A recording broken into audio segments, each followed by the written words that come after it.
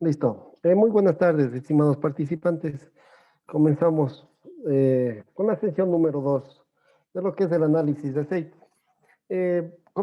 Vamos a terminar la clase de ayer que quedó pendiente algunas diapositivas. Sí, para recordarles, hemos estado viendo las equivalencias, los grados de viscosidad, que es característico en cada uno de ellos. Y en esta tabla nosotros podemos observar justamente las diferencias, sí, las diferencias entre cada uno de los fabricantes que nosotros tenemos.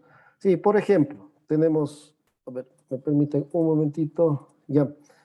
El grado ISO BG, ¿no es cierto? Tenemos grados desde el 10, 15, 22, 46, que está un ejemplo con este aceite, sí, para tener una base. Y de aquí podríamos, con esta tabla específica, podemos sacar qué grado de viscosidad o de la viscosidad que tiene dicho aceite. Recuerden bien, sí, que se mide en centixtox y a 40 grados centígrados por un lado, y tenemos otra referencia en centixtox a 100 grados centígrados. ¿Sí? Entonces, ¿qué es lo que me quiere decir? Que un grado ISO BG 46, pues tenemos aproximadamente 46 centistocks, ¿sí? 46 centistocks aproximadamente a 40 grados centígrados. Y el mismo aceite funcionando a 100 grados centígrados, pues va a tener una viscosidad. ¿Sí? Recordarán que la temperatura es inversamente proporcional a la viscosidad, por lo tanto, es completamente diferente. Y lo podemos identificar con estas escalas que tenemos en dicha tabla, que es muy útil para poder comprobar. Como podemos ver, tenemos de 6.5 centistocks. La diferencia es notable, por lo tanto, debemos tener en consideración estos valores, porque, como lo dijimos el día de ayer, la viscosidad es la propiedad más importante del aceite y es la que realiza en sí el trabajo. Mientras que en otros fabricantes tenemos un grado AGMA, ¿sí?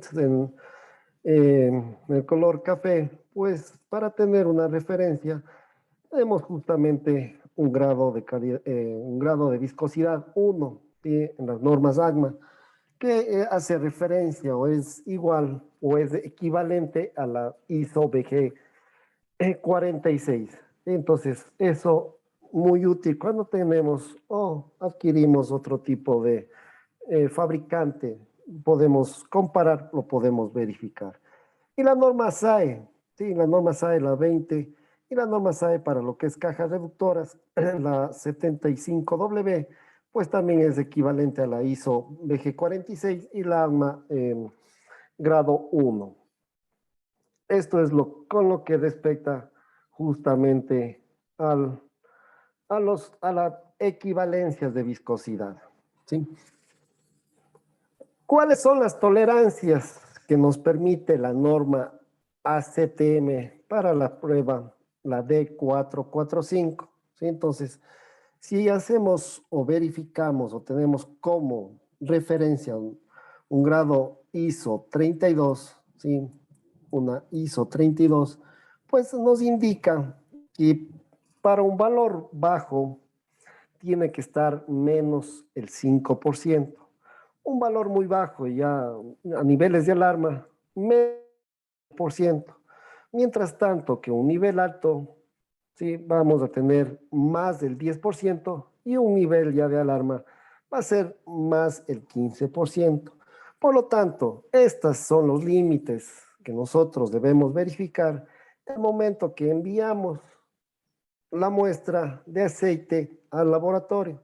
Verificar el grado, sí, el grado del índice de viscosidad y comparar con los límites que me indica la norma, la ASTM 445. ¿Sí? Por ejemplo, 32, ¿no es cierto? Un ISO BG 32, pues como límites máximos inferior tendríamos 28.8 aproximadamente, o en su defecto, si ustedes quieren sacar el valor exacto, tienen la fórmula específica, ¿sí? Mientras tanto, por el otro lado, como máximo me dice más el 15%, pues tengo un 35.4 que yo podría admitir en la viscosidad que me indica el valor exacto de acuerdo a las pruebas que se ha realizado en laboratorio. Sí, entonces este gráfico es muy importante para poder identificar. Como les digo, absolutamente todas estas pruebas vamos a revisarles ya en un informe muy técnico, un informe que hemos realizado de un cierto aceite y con eso ya vamos verificando absolutamente todos sus valores, sus tendencias, sus límites superiores, inferiores, pero así lo sacamos y así nos dice la norma, ¿sí? En esta tabla, ¿no es cierto?, tenemos la tabla de viscosidad versus temperatura, que no es otra cosa, sí, si nosotros hacemos la referencia a 40 grados Celsius, podemos verificar cada uno de los índices de viscosidad que tenemos. Por ejemplo, tenemos un índice de viscosidad de grado 7, ¿sí? El ISO 7. Pues me dice que la viscosidad cinemática en centistocks es aproximada 7 centistocks. A los mismos grados de temperatura, pues tenemos el grado de el índice de viscosidad ISO 10, pues aproximadamente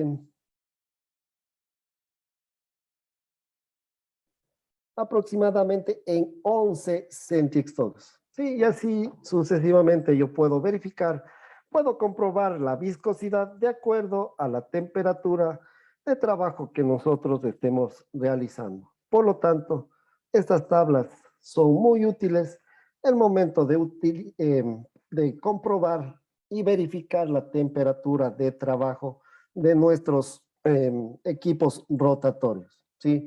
Por ejemplo, la ISO BG46, que es lo que nosotros estábamos dando como ejemplo, ¿sí? Tenemos esta línea, pues me indica prácticamente que es a los centígrados debe tener una viscosidad cinemática de 46 centígrados, ¿no es cierto? A 40 centígrados de temperatura. ¿Sí? Entonces, si el mismo aceite, le hacemos trabajar a 100 grados Celsius, simplemente cogemos los 100 grados, extendemos hasta la línea, ¿sí? Hasta la línea del grado del índice y hacia el eje X, perdón, y obtenemos aproximadamente entre 8.5 centistocks. ¿Sí? Esta tabla es muy específica y nosotros debemos utilizarla para verificar la temperatura a las cuales trabaja el aceite determinado, ¿sí? Para poder comprobar y verificar. El índice de viscosidad. Esta prueba, de acuerdo a la norma, la ASTM, la D2270, ¿qué es lo que me indica? ¿Qué es lo que sacamos? Entonces, vamos a ver. Aquí cada fabricante no tiene el mismo índice de viscosidad. Si nosotros utilizamos la norma ISO, o mejor dicho, el índice de viscosidad ISO BG46, ¿sí? De un fabricante no va a tener el mismo índice de viscosidad para otro fabricante. Por lo tanto, es un parámetro que nos indica, ¿sí?, medida ampliamente utilizada y aceptada de la variación de la viscosidad cinemática debido a los cambios de temperatura de un producto de petróleo entre 40 y 100 grados Celsius, ¿sí? Pero si nosotros nos fijamos en el gráfico, en la parte de la izquierda tenemos los índices de viscosidad que normalmente podemos encontrar. Tenemos grados de viscosidad de 0. A ver, un momentito. De 0, 50, 100, 150, 200 y 250. Pero, ¿a qué hacemos referencia con este índice? Justamente hace referencia a la cual va a modificarse o los cambios de temperatura a las que va a ser afectado, ¿sí?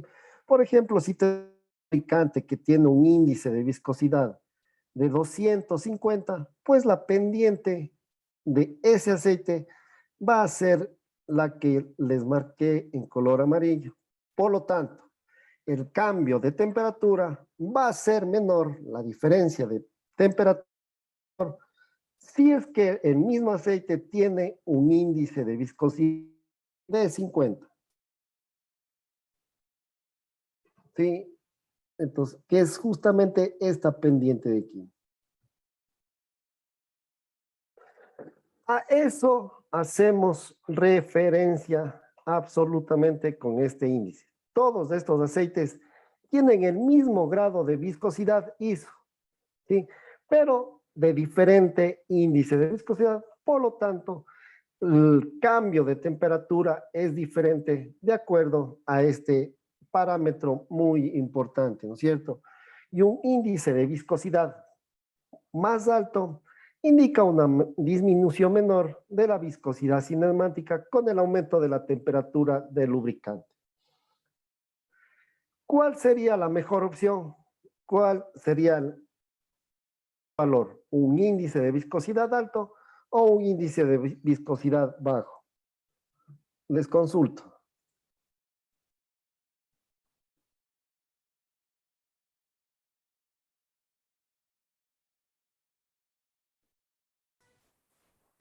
Un Buenas tardes. En este caso, un aceite que tenga mayor índice de viscosidad va a tener un mejor comportamiento, ¿no? Por supuesto, muy bien. ¿Por qué? Porque el cambio de temperatura no va a ser tan brusco. Y es muy importante que debemos tener en consideración. Todo aceite que nosotros tengamos, sí, como ustedes pueden ver, tiene el mismo grado de viscosidad. Todos estos aceites que ustedes ven, todas estas líneas, se les ha hecho la prueba.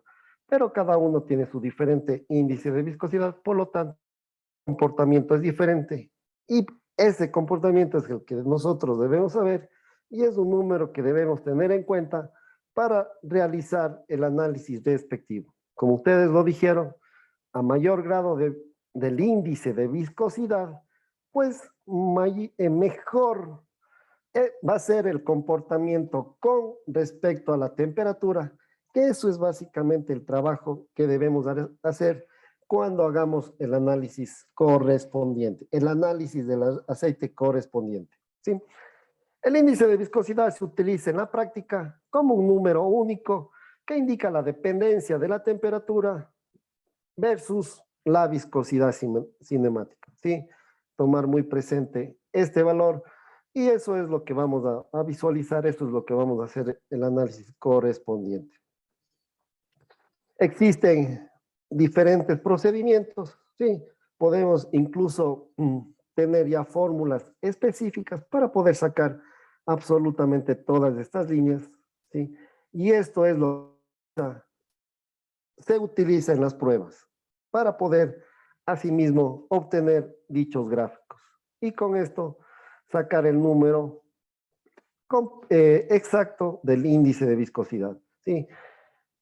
El índice de viscosidad menor hasta 100, ¿sí? Incluido 100, podemos sacar a través de estas fórmulas, ¿no es cierto? Un valor bajo y un valor alto. Donde L es la viscosidad equivalente a 40 grados centígrados para un aceite de un índice de viscosidad asimismo de igual 0, ¿sí? Mientras que el H es la viscosidad equivalente a 40 grados centígrados para un aceite con índice de viscosidad de 100, ¿sí? Entonces, aproximadamente a los 100 grados centígrados. Y la Y es la viscosidad del aceite a 100 grados centígrados y la viscosidad del aceite, a 40 grados centígrados.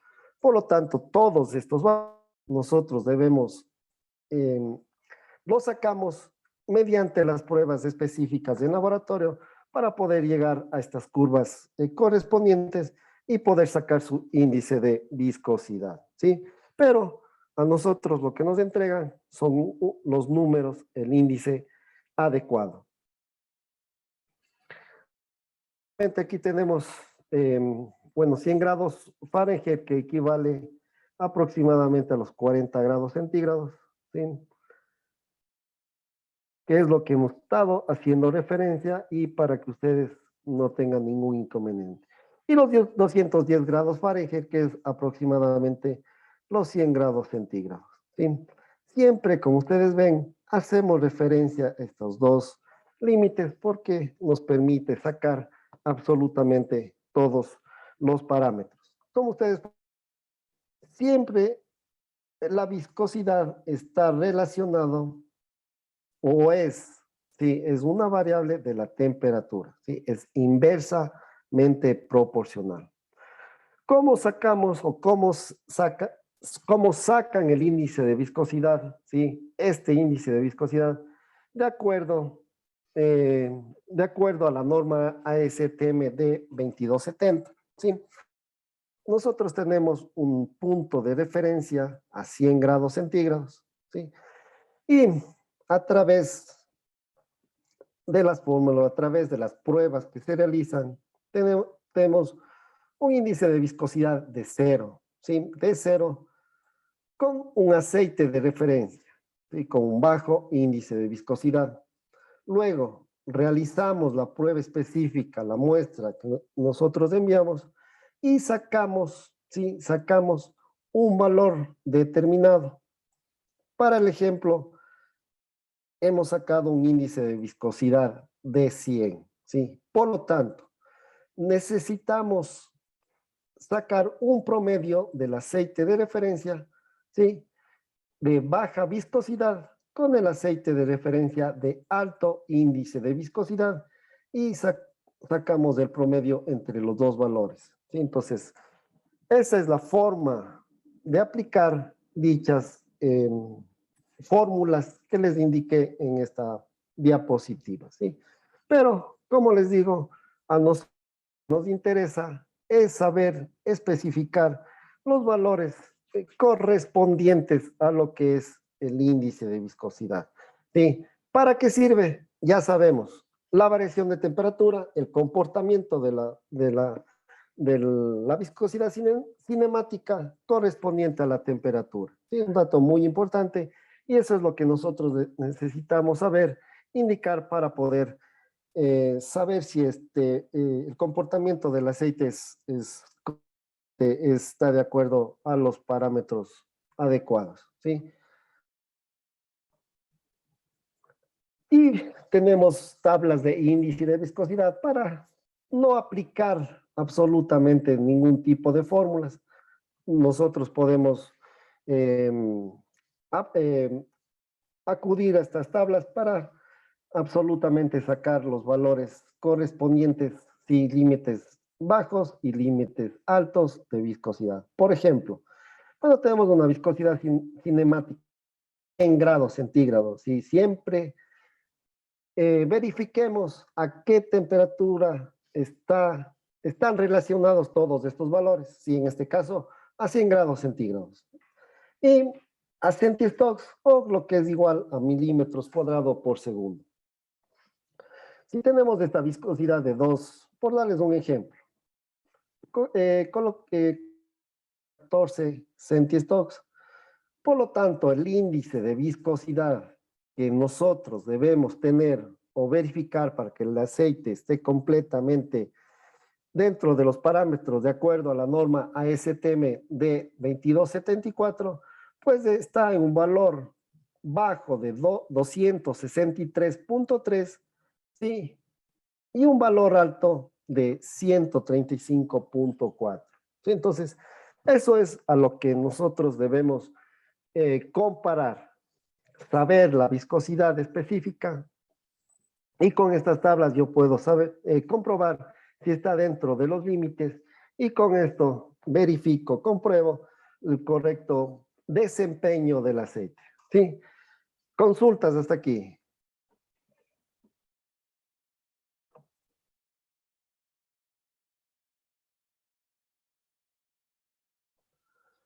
Listo, continuamos.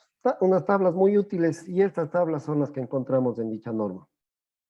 Al igual, este es un segundo procedimiento que incluso ya aplica antilogaritmos y es simplemente un procedimiento como lo ven ustedes aquí, un procedimiento de, ¿para qué? Para llegar a todos estos valores, tanto del límite inferior como del límite superior, para poder verificar asimismo la pendiente específica y poder llegar a ese valor deseado, ¿no es cierto?, del índice de viscosidad. El número ácido es otra de las pruebas que se debe aplicar al aceite para verificar su comportamiento, su buen estado, en este caso, ¿no es cierto? Vamos a ver ahora cómo sacamos, para qué sirve este número ácido. Y según la norma, aquí tenemos dos normas, dos procedimientos para llegar a este número. ¿Sí? ¿Cuál es el mejor? Ambos están comprobados, ambos llegan a la misma resolución, simplemente con diferentes procedimientos. ¿Sí? Cualquiera nosotros podemos aplicar, tanto la ACTM, la D664, o la ACTM, la D974, y cualquiera de ellas nosotros lo podemos aplicar, como les dije anteriormente. Pero, ¿qué es esto del número ácido? A la cual vamos a denominar con la letra AN, ¿no es cierto? El número ácido es el número expresado normalmente en miligramos, ¿sí? Con una diferencia, KOH, ¿no es cierto? Que ya vamos a ver a qué hacemos referencia. ¿Qué son necesarios para neutralizar los ácidos en un gramo de aceite?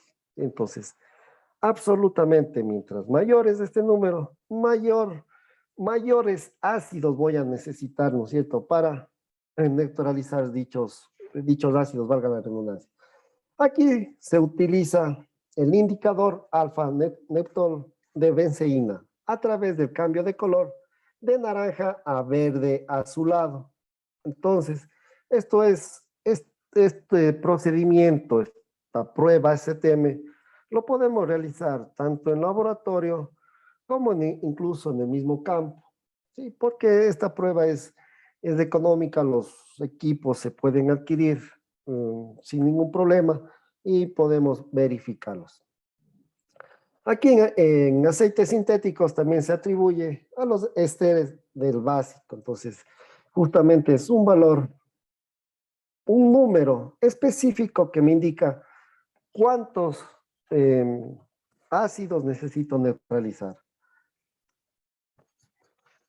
El número básico está completamente relacionado al número ácido. Incluso, como ustedes pueden ver, es los mismos procedimientos, las mismas normas que yo voy a aplicar para sacar este número básico. Sí, en este caso, el ASTM 739 y el ASTM 974, que es el mismo que se va a aplicar, el mismo procedimiento que apliqué para sacar el número ácido. ¿Sí?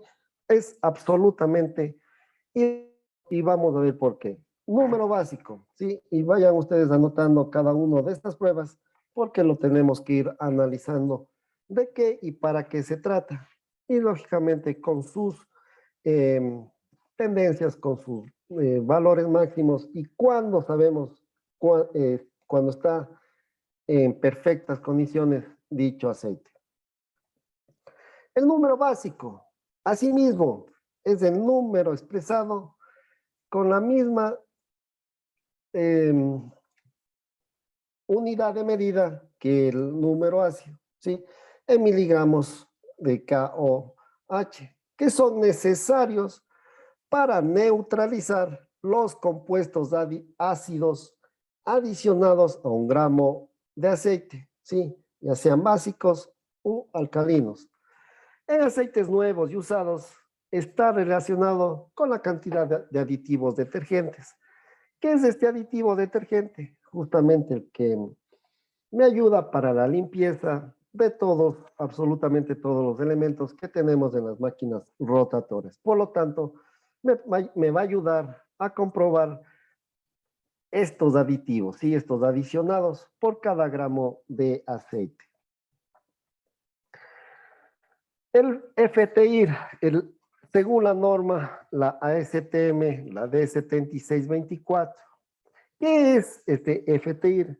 No es otra cosa que el análisis por infrarrojos aplicado la transformada de Fourier, ¿no es cierto? Que se ha empleado durante muchos años como una técnica analítica para controlar el estado de los aceites lubricados, asimismo usados. Cuando decimos transformada de Fourier, pues estamos verificando de acuerdo a las frecuencias que aplicamos por infrarrojos al aceite, ¿sí? Y tenemos algunas líneas de tendencia, algunas líneas bases que podemos analizarlos, podemos verificarlos. Pero ¿cómo es esta prueba? Las moléculas de aceite están formadas por átomos unidos, que eso es la contextura o eso es eh, la estructura molecular de dicho aceite. ¿Sí? Cuando un haz infrarroja, ¿por qué infrarroja? Porque está por encima del ojo, se transmite a través de altas frecuencias y que por lo general el ojo humano no lo puede visualizar. ¿Sí? Y esta luz infrarroja entra en contacto con estas moléculas y esta luz es absorbida por los enlaces químicos que hacen que vibre con la misma frecuencia que da la luz infrarroja. Por lo tanto, va a tener cierta frecuencia, un cierto espectro, a la cual nosotros vamos a analizarlos cada uno de estos espectros, estos enlaces químicos. ¿Sí? La cantidad de luz infrarroja absorbida se registra un espectro infrarrojo, a lo que llamamos, ¿sí?, en el dominio de la frecuencia. Por lo tanto, cuando absorbe, podemos verificar, ¿sí?, podemos verificar a qué frecuencia tenemos justamente dicho haz de luz, a qué frecuencia vibra los enlaces químicos correspondientes. ¿Sí? Por ejemplo, en la línea roja tenemos un aceite usado y cuando está contaminado, pues tenemos espectros característicos, ¿sí? Que nos indica que tiene enlaces químicos de diferentes sustancias. Por ejemplo, el agua, que el agua, como ustedes saben, agua en el aceite, pues es absolutamente perjudicial. ¿Sí? ¿Por qué? Porque lo oxida, porque le degrada dicho aceite. Y eso es justamente el objetivo de aplicar todo este tipo de pruebas. Estábamos analizando el espectro de un aceite usado con un aceite justamente nuevo. Por lo tanto, el rojo es el usado y el gris es un aceite limpio, un aceite nuevo, digamos así. Entonces, ¿cuál es la razón? Recordarán que el día de ayer yo les indicaba el momento que adquirimos una muestra de aceite usado, pues debemos también enviar una muestra de aceite que tenemos en bodega o el aceite en la cual hemos usado para lubricar dicho máquina rotatoria. Entonces, debe estar en el mismo tanque si es posible. Con estos dos, yo puedo hacer un análisis, no solamente en este caso de por infrarrojos a través de la transformada de Fourier, sino simplemente puedo hacer todos los meses, tener la línea base y verificar cada uno de los eh, condiciones anormales que tenga mi aceite usado. Por lo tanto, como ustedes pueden ver, el agua me indica a 3.500 más o menos ¿qué está contenido este enlace químico, ¿no es cierto? También podemos verificar, ¿no es cierto?, las oxidaciones, la sulfatación, absolutamente todas las condiciones ajenas a las cuales podamos obtener de esta prueba. El análisis infrarrojo no se ocupa de la detección específicos como el cobre o el hierro, sino de las agrupaciones y combinaciones específicas de carbono, oxígeno, hidrógeno y azufre. ¿Sí? Eso es a lo que está relacionado. Y estas combinaciones o grupos, conocidos como grupos funcionales, aparecen comúnmente en el aceite como productos de oxidación, ¿sí? Vamos marcándole productos de oxidación, productos como de nitración, de hollín, agua y sulfatación. ¿Sí? A esto nosotros vamos a encontrar todos estos elementos que contienen en el aceite. ¿Sí? Lógicamente el agua, si obtenemos agua en el aceite, verificaremos el estado y en qué límites estamos correspondientes de acuerdo a cada prueba específica. Y cada uno de estos grupos funcionales va a absorber una longitud de onda específica.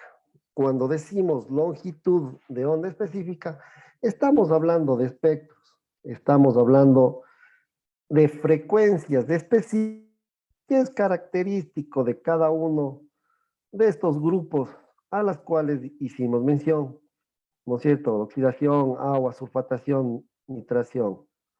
Entonces, esto es, y por lo tanto, bien necesitamos una línea base que nos indique cuál es la cantidad a las cuales se ha contaminado justamente dicho aceite. Y la cantidad de luz infrarroja que absorbe la muestra a longitudes de onda específicas es por lo tanto una medida de la concentración de estos diversos grupos funcionales. ¿Sí? Aquí la interpretación de este análisis de ojo se basa generalmente en la tendencia de resultados. ¿Por qué en la tendencia? Porque tenemos la línea base, que es del aceite nuevo, y tenemos la línea del aceite ya usado, y podemos comparar, podemos verificar qué tipo de sustancias, qué tipo de grupos tenemos presentes en dicho aceite. ¿Sí? Y el análisis por infrarrojo también mide la presencia de aditivos y otros parámetros como el combustible y la contaminación por agua y el glicol. Entonces, eso también podemos obtener con este tipo de pruebas. Como ya lo dijimos, ¿qué contaminantes? La sulfatación, la nitración, oxidación, el hollín, el glicol, el agua, todos estos contaminantes, todos estos productos que estuviesen en nuestro aceite usado, pues lo podemos verificar, lo podemos comprar. ¿Sí? ¿En qué cantidad? Eso es el análisis que debemos verificar. ¿Sí? Esto, justamente todos estos contaminantes, absolutamente todos estos contaminantes, pues no son bien vistos en el aceite, porque son los que controlan la degradación de la vida útil de un aceite para lubricantes industriales, ¿sí? Y aceites de motores diésel. Por lo tanto, mientras mayor concentración o mayor cantidad de estos contaminantes, pues menor va a ser la vida útil. Y es por eso que estamos aplicando absolutamente todas estas pruebas para poder encontrar dichos contaminantes y justamente darles los correctivos del caso. Sí, si hubiese justamente la posibilidad de regenerar el aceite. Y asimismo, los resultados de la prueba son un valor relativo. ¿Por qué relativo? Porque nosotros utilizamos una base, una línea base. ¿De qué? Del aceite nuevo. ¿Sí? Por lo tanto, son valores relativos nada más. Y se utilizan mejor como una herramienta de tendencias. Y por ejemplo, si yo en mes 1 o en el mes de enero, yo envié a hacer un análisis de aceite y me resultó, ¿sí? Justamente valor mayor al 0,7 de contenido en el agua, ¿sí? Con respecto a mi línea base, a mi punto base. Y cada mes, o mejor dicho, cada que mande a análisis, dependiendo de que lo que me diga el programa de mantenimiento, yo debo verificar si no va subiendo la tendencia. Qué sé yo, el mes cuarto, el mes quinto, en mayo, junio, mando nuevamente a hacer un análisis, compruebo de que está subiendo esta tendencia, ¿sí? Por lo tanto, aquí ya tengo un problema, ¿sí? Es sinónimo de algún tipo de inconveniente por la que se me está contaminando este caso específico con agua. Por lo tanto, debo tener alguna filtración, debo tener algún sello, algún empaque en malas condiciones. Y esa es la manera de poder predecir, de poder verificar justamente algún tipo de problema, valga la redundancia, algún tipo de inconvenientes con respecto al estado del aceite. Sí, en este caso específico, a través de la norma STM, la D7624, que me identifica, que me encuentra dichos contaminantes. El número de sulfatación, sí, entonces ya vamos haciendo relación a cada uno de estos contaminantes para poder ir verificando, sí, entonces el número de sulfatación, aquí los se encuentran generalmente en muchos aceites crudos, ¿sí? Dependiendo justamente, y aunque las regulaciones ambientales han disminuido significativamente los niveles de azufre en el combustible diésel, se puede encontrar contaminación de azufre en algunos combustibles diésel, porque dependiendo de la refinación que tengamos en dichos derivados del petróleo. Asimismo, también puede ser el resultado de la oxidación del azufre, que se presenta en el aceite base, en el aceite propiamente dicho, sacado de los derivados del petróleo. ¿Sí? Este azufre en el gasóleo se combina con el oxígeno durante el proceso de combustión para formar óxidos. Le oxida al aceite, le degrada al aceite. Por lo tanto, nosotros debemos verificar la cantidad de azufre correspondiente. ¿Sí? Y por lo tanto, todo el proceso de combustión por formar óxidos de azufre, como el dióxido de azufre, que se escapan al sistema de lubricación alrededor de los segmentos de los pistones. Y de la misma forma, no vamos a tener la lubricación correspondiente. ¿Sí? El agua presente en el cárter, la mala combustión, condiciones de funcionamiento incorrectas, todas estas son absolutamente causas que puede ocasionar este número de sulfatación muy elevado. Y el aumento de la sulfatación generalmente se correlaciona con la disminución del número de base del aceite del cárter. Entonces, debemos comprobar, debemos verificar cuál es la tendencia que tenemos con respecto a este número. Mientras tanto, que el número de nitración, ¿sí? El nitración puede desarrollar en todos los motores. Sin embargo, en una consideración importante a los motores de gas natural, dependiendo de las aplicaciones que tengamos en cada uno de los motores, de los activos fijos, de los equipos rotatorios, ¿no es cierto? Pero sin embargo, es una consideración muy importante en estos tipos de motores. Este proceso de nitración comienza en la cámara de combustión, donde los óxidos de nitrógeno del aire están formados por el calor y la presión. Entonces, si tenemos algún inconveniente, tenemos algún desperfecto en esta combustión, pues va a generar números en el aceite de lubricación y por lo tanto esto le va a degradar al aceite que está constituido o que está lubricando, en este caso específico, los motores de gas natural, ¿sí? Estos compuestos que el aceite se escape y se formen depósitos o de laca que pueden interferir con la lubricación. En otras palabras, pues absolutamente tiene una degradación con respecto, sí, con respecto a este número de nitración. Sí, cuando este número de nitración es alto, indicar una sincronización incorrecta en la chispa, específicamente, como lo dijimos, en estos motores de combustión. ¿Sí? Por lo tanto, las proporciones incorrectas de aire combustible, el tiempo de encendido incorrecto, el cárter, soplo, mezcla de gases del escape, bajas temperaturas de funcionamiento hacen que cada vez más tengamos un número valor de nitración y por lo tanto tenemos las causas raíces que pueden estar ocasionando dicha elevación. Como en todo, asimismo este número debemos de monitorear, este número debemos tener una tendencia para poder verificar, ¿sí?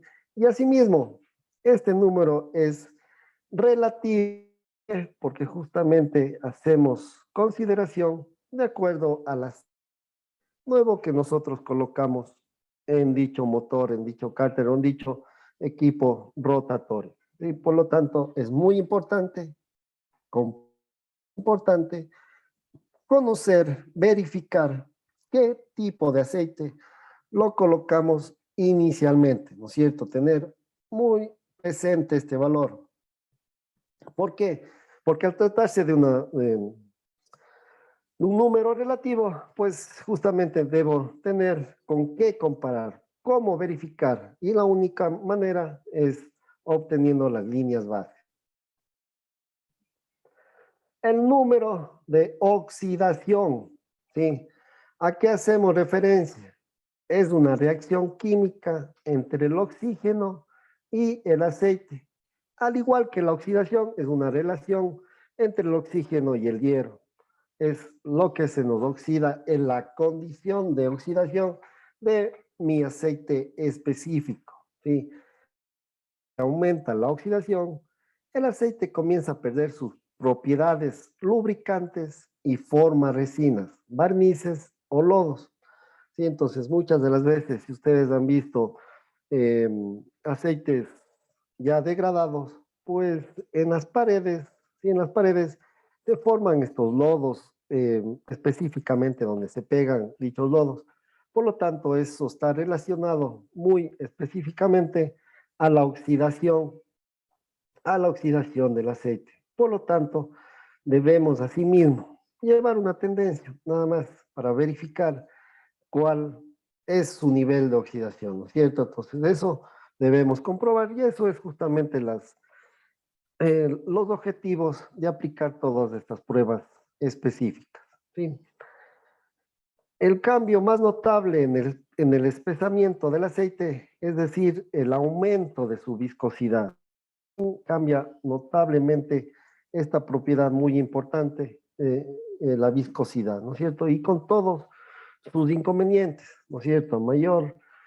A mayor viscosidad, pues menor va a ser la temperatura a las que tiene que funcionar dicho motor y por lo tanto no va a cumplir sus funciones específicas de lubricación, ¿sí? Entonces, otros factores que pueden contribuir a este estado de oxidación puede ser altas temperaturas de funcionamiento, cuando se nos sobrecalientan los motores tipos, rotativos, aireación en el aceite, sí, exposición al aire, presencia de contaminantes como el etilenglicol, sí, etcétera, e intervalos prolongados de cambio de aceite.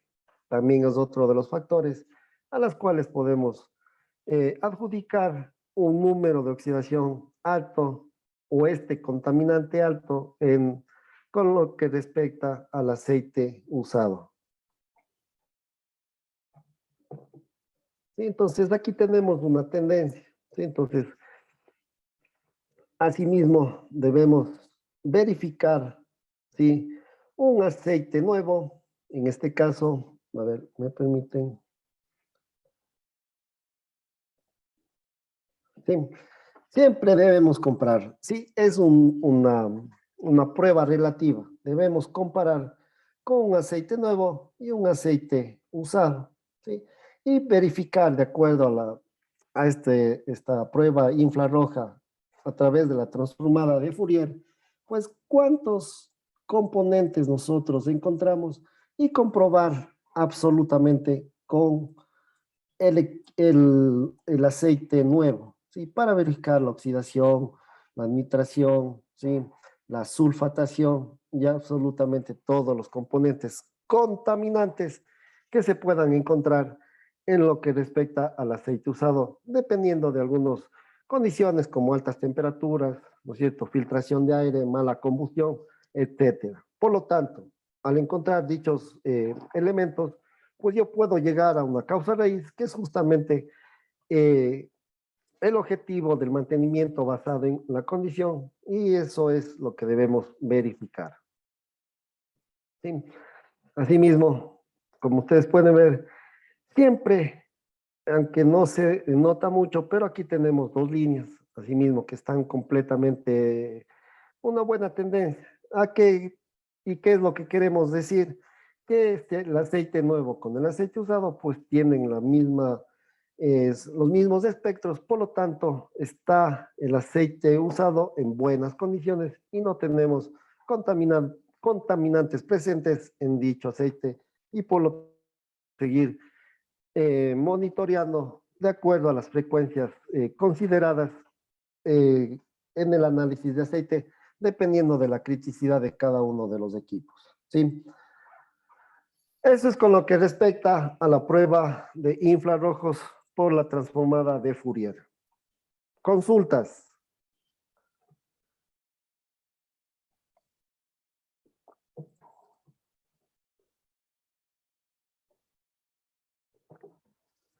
Perfecto. Continuamos. El NP BOT, ¿no es cierto? Que es Rotten Pressure Bissell Oxidation Test, a la cual hace referencia al procedimiento, hace referencia a la ASTM, la de 2272, sí, que es un test acelerado para identificar problemas de estabilidad a la oxidación de los aceites de turbinas en servicio. ¿Sí? Comprobamos o tenemos o estamos presentes o queremos hacer un mantenimiento basado en la condición en cojinetes de turbinas, pues esta es una prueba que se puede realizar, que se puede verificar para poder realizar e identificar la oxidación en dicho aceite. Sí, entonces los valores típicos de un aceite de turbina pueden estar entre 30 y 600 minutos, mientras que un aceite altamente refinado, sí que es del grupo 2, puede estar entre 1500 y 2000 minutos, a las cuales se puede oxidar, ¿no es cierto? ¿Y cómo es este procedimiento? Pues se utiliza un recipiente presurizado, ¿sí? Con oxígeno a 90 psi, ¿sí? Con oxígeno a 90 psi, para evaluar la estabilidad del aceite en presencia del agua y un catalizador de cobre a 150 grados centígrados, ¿sí? Un catalizador a 150 grados centígrados, que la rotación es de 100 revoluciones por minuto, ¿sí? Por lo tanto, estamos ejerciendo un evento o un escenario para que el aceite se produzca una oxidación, ¿sí? Y verificar el tiempo en la que se produce y por lo tanto comprobar absolutamente en cuál de los dos grupos tenemos, ¿sí? El grupo 1, que es un aceite, ¿no es cierto?, de turbina del grupo 1, altamente refinado, del grupo 2, sí, que justamente es uno. Se registra el tiempo, ¿no es cierto?, en minutos, en que la presión cae a 25.4 psi, ¿no es cierto? Y a tiempo mayor estabilidad. ¿Sí? Entonces, esa es una de las que es muy conveniente para verificar la calidad del aceite, ¿sí? En qué tiempo se nos llega a este nivel de... otra de las pruebas, también tenemos la espectroscopia de la emisión atómica de acuerdo a la norma ASTM de 5185, ¿no es cierto? Donde aquí es conocido como el análisis de aceites, el análisis de elementos de la espectroscopía de la emisión atómica, y a la cual le vamos a identificar a través de AES, o simplemente como un análisis de metales de desgaste, que se trata de algo más que solo medir la concentración de metales de desgaste como el hierro, el plomo, el cobre. Verificar asimismo qué tipo de desgaste tenemos en los materiales que tenemos justamente como contaminantes o partículas en dicho aceite. En su forma actual, ¿no es cierto?, el análisis de elementos se utiliza para determinar las concentraciones de 15 a 25 elementos diferentes que varían desde metales de desgaste y contaminantes hasta los aditivos de lubricante. Aquí en la siguiente tabla nos va a indicar una visión general de algunos elementos comunes que se miden y su origen habitual.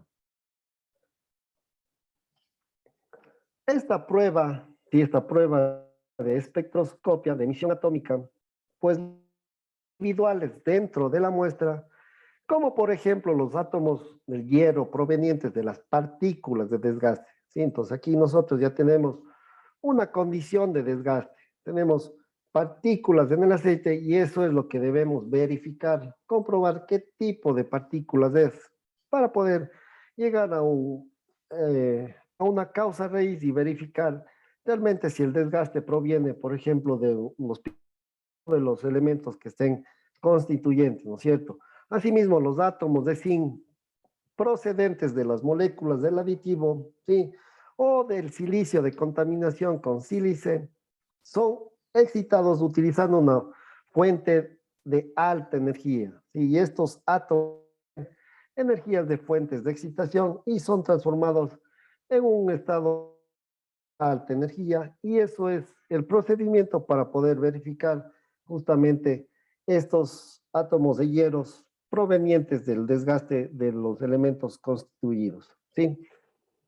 Debido a la ley de la física cuántica, a los átomos no les en un estado de excitación y pierden rápidamente la energía que han ganado, principalmente emitiendo una energía luminosa, ¿sí?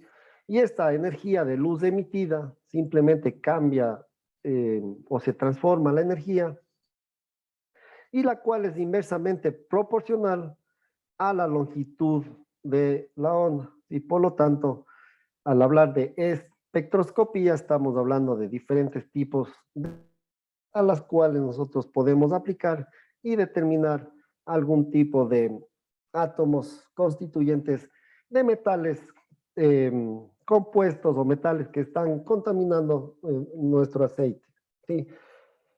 Y asimismo depende de la estructura electrónica del átomo y por lo tanto es diferente para cada tipo de átomo, ¿no es cierto?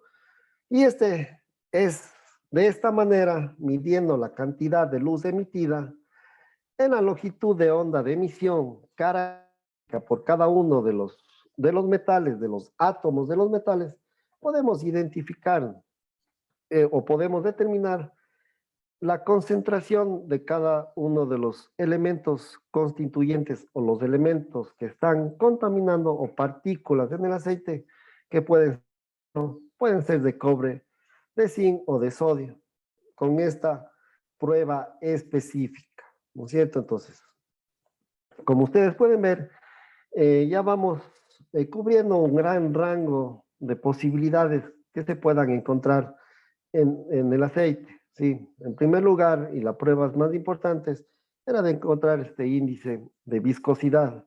Sí, asimismo, encontrar el grado de viscosidad que teníamos, tanto la viscosidad cinemática, y podemos verificar. ¿Sí? Luego de eso, hemos comprobado o hemos estado revisando justamente la condición ya eh, de contaminantes, ¿sí? Que puedan, como el agua, absolutamente a través de la radiación infrarroja. Y por último, aquí estamos ya encontrando prácticamente lo que es encontrando partículas y qué tipo de partículas para poder verificar esta condición. Sí, entonces aquí justamente tenemos la prueba, donde tenemos eh, este es el resultado final. Tenemos asimismo lo que es la espectroscopia, donde es en el dominio de la frecuencia y podemos ir verificando justamente los haces de luz o la alta energía que producen, ¿sí? Como ustedes pueden ver, son ultravioletas, perdón, energía, eh, una emisión atómica, que al chocar o al encontrarse con alguna partícula correspondiente, pues podemos nosotros también, asimismo, verificar qué tipo, de acuerdo a a la emisión de luces y de acuerdo a la frecuencia a la que tenga esta emisión de luz, podemos identificar ciertos tipos de materiales, ¿no es cierto? Hierro, zinc, ¿sí? Hierro, zinc, cobre y sodio. Algo tan importante y muy importante es no solamente identificar qué tipo de átomo es, sino también el tamaño de la partícula. ¿Sí? Por lo tanto, esta prueba también me lo permite. ¿Sí? Y debido a que este método requiere la excitación de átomos individuales, la muestra debe ser completamente vaporizada para permitir que se midan todos los átomos presentes. ¿Sí? Mientras que no es un problema para partículas pequeñas y metales disueltos. La probabilidad de que una partícula pueda ser y analizada utilizando la espectroscopía de emisión atómica se reduce considerablemente cuando este es a 5 micrones.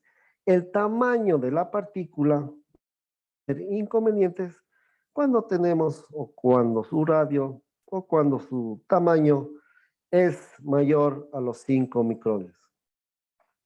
Sí, asimismo, esta prueba es completamente ciego, partículas que exceden de los 10 micrones, y esto debemos tener en consideración para poder verificar justamente la condición, ¿sí? La condición del material o de las partículas que están en el aceite, ¿sí? Y por esta razón es importante que cualquier programa de aceites o análisis de lubricante no apoyarse únicamente en los datos de espectroscopía de emisión atómica para determinar el desgaste activo, sino que pueda incluirse pruebas tales como el conteo de partículas, el análisis de densidad ferrosa y la microscopía de membrana para medir partículas más grandes. ¿Sí? Una característica importante que debemos tener en consideración para poder verificar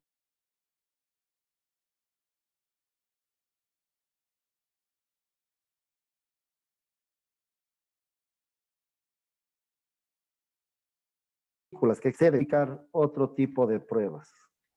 ¿Sí? Y las unidades de medición, por lo general, son las partes por millón. ¿Sí? ¿Cuántas partículas por millón tenemos en lo que es el aceite?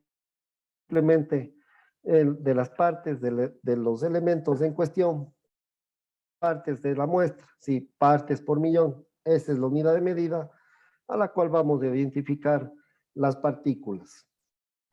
Asimismo, dicho de forma, una lectura de una parte por millón de un elemento en particular, ya sea cobre, hierro, zinc, es equivalente a un, sí, microgramo del elemento por cada gramo de muestra, lo cual, sí, lo cual es lo mismo que un miligramo por cada kilogramo de muestra. ¿Sí? A eso hacemos referencia, la parte por millón. Y aproximadamente 30 gramos de elementos por cada 25 mililitros de lubricante. ¿Sí? Entonces, eso debemos verificar y debemos comprobar de acuerdo a los datos, a los números que nos arrojen este tipo de pruebas. Y eso es lo que debemos comprobar en cada uno de los informes que nos entregue el laboratorio. La concentración de partículas de desgaste, ¿sí?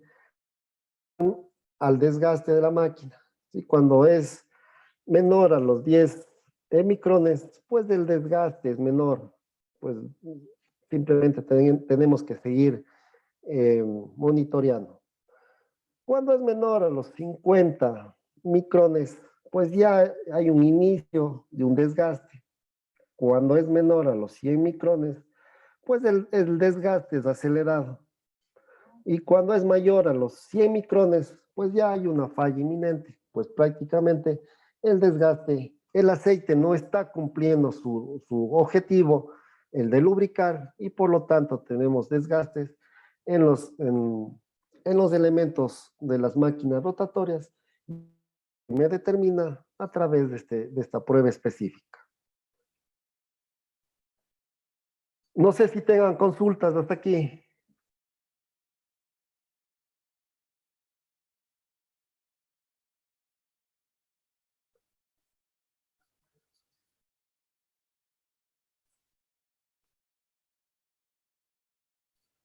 Listo, continuamos.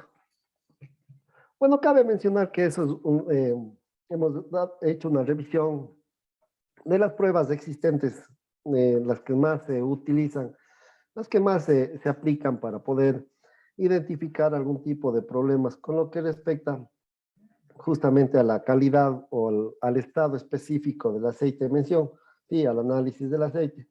Por lo tanto, eh, y no son las únicas, sí, existen como más de 400 pruebas que ciertas condiciones del aceite, sí, y eso debemos tener presente, que no son las únicas. Ahora vamos a verificar los límites absolutos los límites absolutos y los de tendencia, que eso es prácticamente cómo o lo que debemos aplicar para el mantenimiento basado en la condición. Siempre verificar la tendencia a las cuales nosotros debemos comprobar. Las pruebas de rutina y de excepción, ¿sí? Entonces, cuando todo mantenimiento, todo plan de mantenimiento debemos tener pruebas de rutina y frecuencias de muestreo. Por lo tanto, esto en primer lugar debemos considerar. ¿Qué condiciones me da para poder determinar una frecuencia de muestreo? Pues como les dije, la criticidad de la máquina, parámetros como la seguridad que debemos tener, sí, etcétera. Entonces, esto es lo que ya debemos hacer un estudio específico para poder implementar una frecuencia de muestreo. Luego, está dentro de los límites, si esta análisis de muestra está dentro de los límites, debemos hacernos la pregunta si es que sí está, pues simplemente nosotros debemos seguir monitoreando, ¿sí? De acuerdo a esta frecuencia, a estas pruebas de rutina o a esta frecuencia de muestreo. Y eso es un bucle que debemos seguir.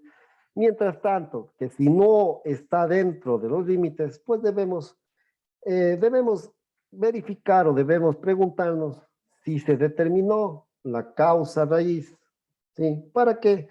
Que ese es el objetivo específicamente de lo que es el objetivo específico o el objetivo primordial del mantenimiento basado en la condición de causa raíz. Si determinamos la causa raíz, pues eliminamos la causa, damos los correctivos del caso y continuamos con el monitoreo. y continuamos absolutamente con minutero. Pero si no llegamos o no determinamos la causa raíz, pues debemos realizar unas pruebas por excesión, ¿sí? O simplemente unas pruebas, otro tipo de pruebas para poder determinar justamente esta condición, ¿sí? Determinarla. Y eso es el objetivo, como les dije anteriormente. En la etapa 1 tenemos la salud del lubricante. Aquí el monitoreo, la tendencia de las propiedades físicas y químicas de un, ¿sí? ¿Qué es lo que tenemos? Tenemos la línea base. Tenemos la línea base de un aceite nuevo. Como les dije, ¿sí? Siempre debemos tener esta línea base. Esto de aquí es primordial y no solamente para el análisis de aceite, absolutamente para todas las pruebas que nosotros realicemos o las técnicas predictivas que nosotros verifiquemos. Sí, debemos comprobar esta línea base. Y por lo general, no por lo general, siempre es del aceite nuevo, que nosotros tenemos números ya específicos del aceite completamente nuevo, tanto de la oxidación, del número ácido, de los aditivos y de la viscosidad de dicho aceite. Sí, y por lo tanto, eso es lo que nosotros debemos llevar una tendencia, ¿sí? Es nuestro punto. Luego, de acuerdo al monitoreo o simplemente a la frecuencia de muestreo o a la frecuencia de análisis que nosotros hagamos de aceite, que esto, como les dije, es determinado o es absolutamente aplicado a las máquinas o dependiendo de la criticidad de las máquinas, ¿sí? Esta frecuencia de muestreo. Y por lo tanto, ir verificando absolutamente con los valores anteriores. ¿Sí? Entonces, por ejemplo, aquí tenemos un cambio de viscosidad. Entonces, ¿qué hacemos? Debemos buscar la causa raíz y por lo tanto verificar su temperatura de funcionamiento. De pronto se me está calentando. ¿Por qué? Porque tengo algún inconveniente, un problema mecánico. ¿Sí? Por lo tanto, este problema mecánico va a ser la causa raíz de lo que es el cambio de la temperatura. ¿Sí? Al cambiar la temperatura, al subir la temperatura, vamos a tener una viscosidad más baja. ¿Sí? Entonces, esa es la forma de ir identificando. Seguimos monitoreando y verificamos, comprobamos cuando el aceite, sí, o el cambio del aceite basado en la condición. Por ejemplo, aquí, pues ya tenemos valores más altos. Por lo tanto, esta es una condición o es o su causa raíz puede ser también por altas temperaturas, ¿no es cierto? Por eh, encontrar contaminantes en el aceite, como es el agua, el oxígeno, ¿sí? Entonces, todas esas condiciones nosotros debemos ir verificando, debemos ir comprobando y absolutamente ir teniendo una línea base y absolutamente todos los valores predeterminados. En la segunda etapa, ¿no es cierto? Tenemos la contaminación del lubricante. ¿Sí? Entonces, es algo muy importante y de acuerdo a un número de código, o mejor dicho, aquí esta tabla lo que nos dice, sí, es correspondiente a un código de limpieza que debe tener absolutamente todos los aceites, dependiendo de unos tres, como ustedes pueden ver, de unos tres números específicos, donde cada número me indica una condición a la cual, a la cual las normas me indican que no debemos de pasar de dichos valores. Por lo tanto, esta tabla lo vamos a ir verificando de qué es lo que tenemos, ¿no es cierto? El código de limpieza, de acuerdo al número o al ISO 4406, ¿sí? ¿Qué es lo que me dice? Pues un líquido con un código con estos tres números específicos, como ustedes pueden ver, 22, 21, 18, pues, ¿qué es lo que me indica? ¿Sí? Entre 2 millones y 4 millones de partículas sobre las 4 micras, ¿sí? Es por el 22 en la primera posición. Tenemos la posición 22 que me indica, ¿no es cierto?, este rango, ¿sí? Que no debe tener, debe tener entre 2 millones y 4 millones partículas sobre las 4 micras, ¿sí? El tamaño de la partícula. El siguiente valor, que es el 21, ¿no es cierto?, me indica que entre 1000, 1 millón y 2 millones, pues debe estar el rango de las partículas que nosotros tenemos, en este caso de 6 micras, ¿sí? Y el último valor, pues tenemos entre 130.000 y 250.000 partículas sobre, ¿sí? Con diámetros de 14 micras, ¿no es cierto? Que es justamente en la posición 18 o el número 18, ¿sí? Entonces, por lo tanto, eso es lo que me indica el código de limpieza de acuerdo a la norma ISO 4406. Sí, entonces, no sé si tengan preguntas al respecto.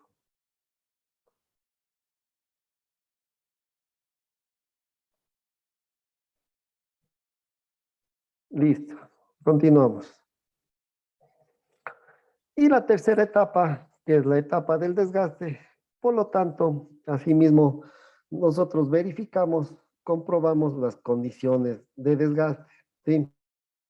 Con la misma tendencia, justamente debemos comprobar dicha tendencia, cómo va subiendo, ¿sí?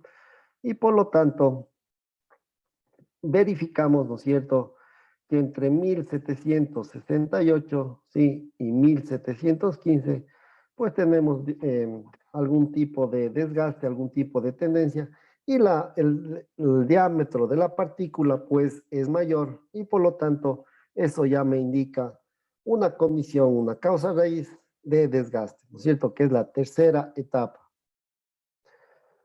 La correlación entre las pruebas, ¿qué es lo que se busca?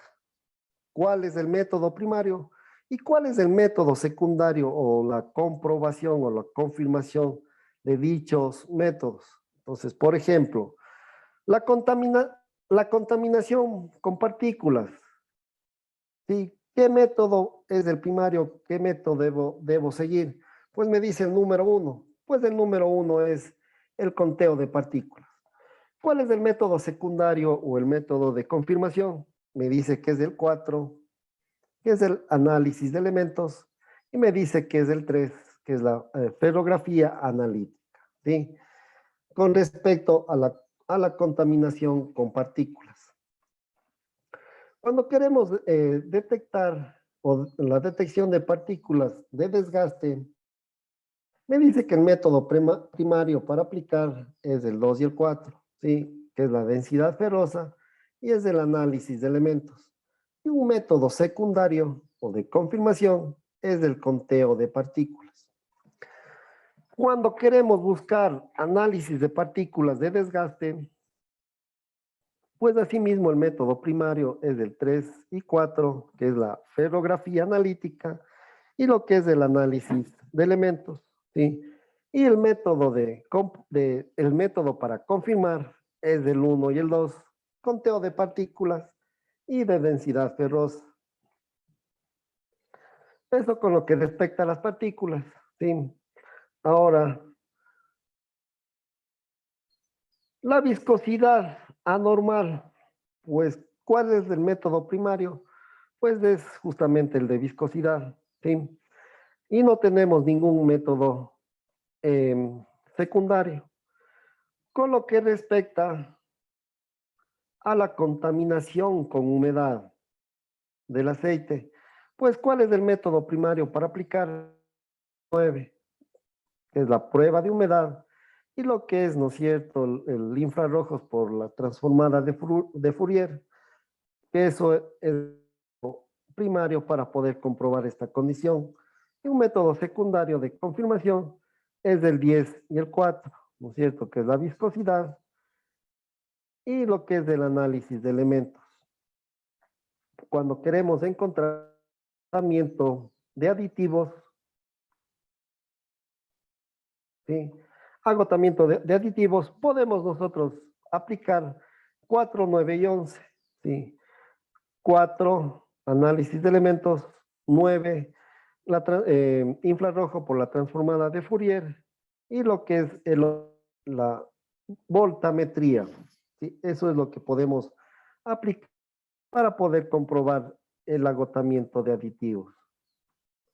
Y un método secundario, pues 7, 10 y 8, ¿sí? Que es el número ácido, el número básico y el pH.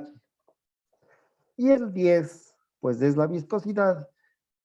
Y el 8, lo que es justamente el RP-BOT, ¿no es cierto? Que eso ya lo hemos verificado.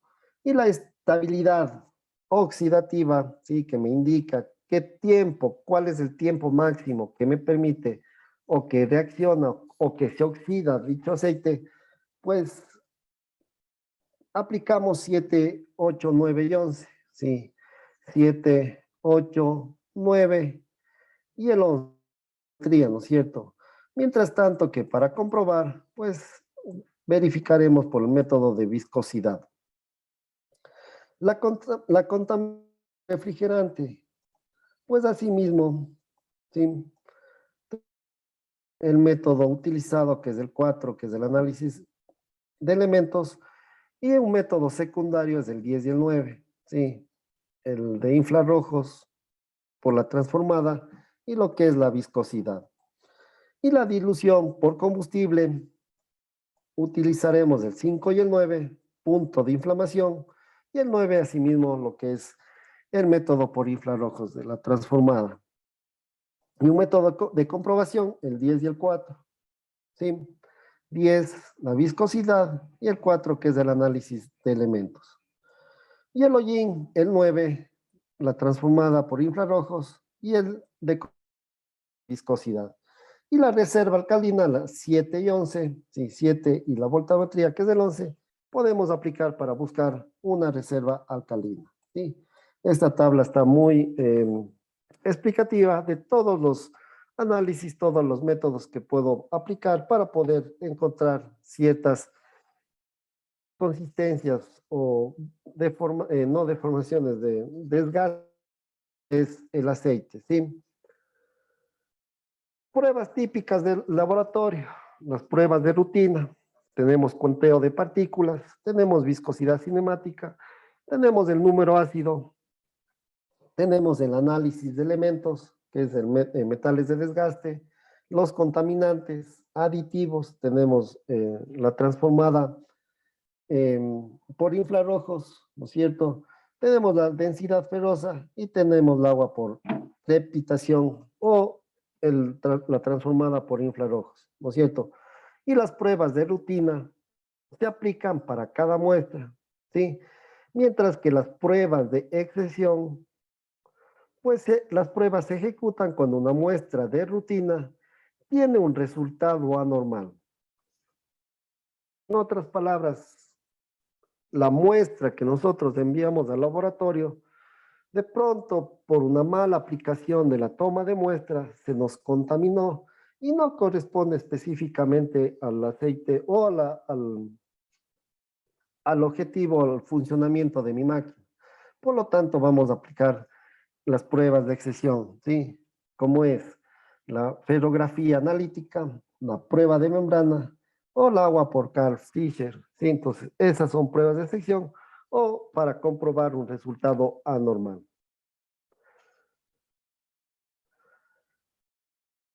Pruebas típicas que se puede realizar en el laboratorio. La prueba y su procedimiento.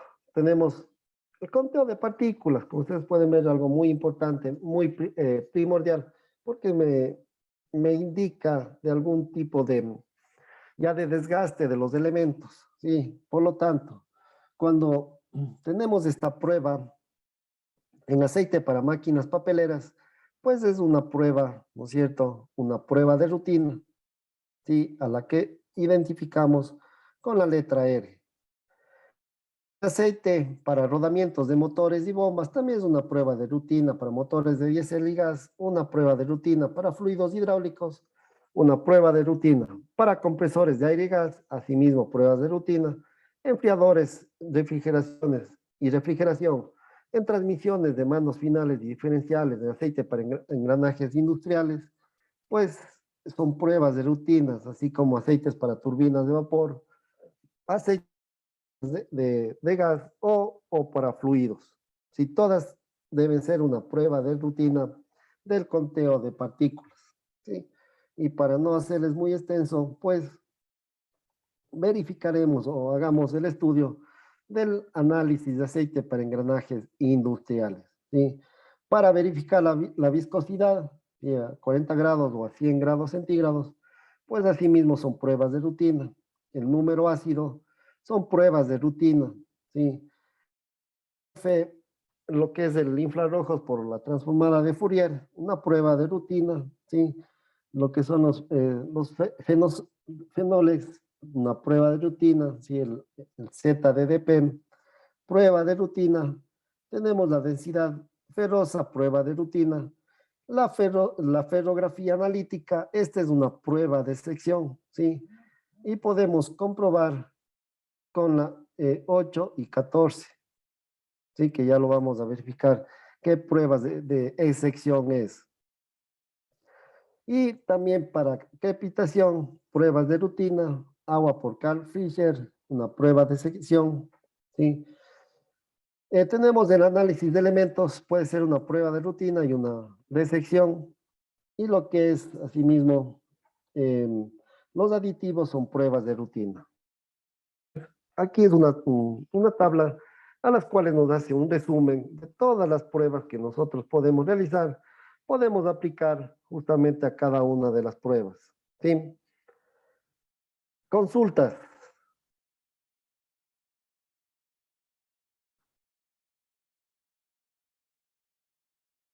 Perfecto, continuamos. Pruebas típicas de laboratorio. ¿Qué es lo que tenemos? ¿Qué condiciones debemos comprobar? ¿Sí?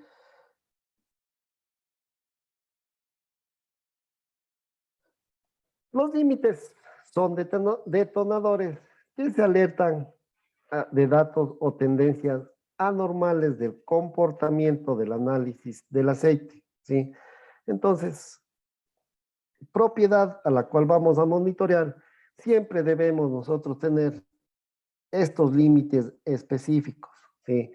El primer límite superior de precaución, el segundo límite de precaución crítico, el primer límite inferior de precaución y el segundo límite inferior.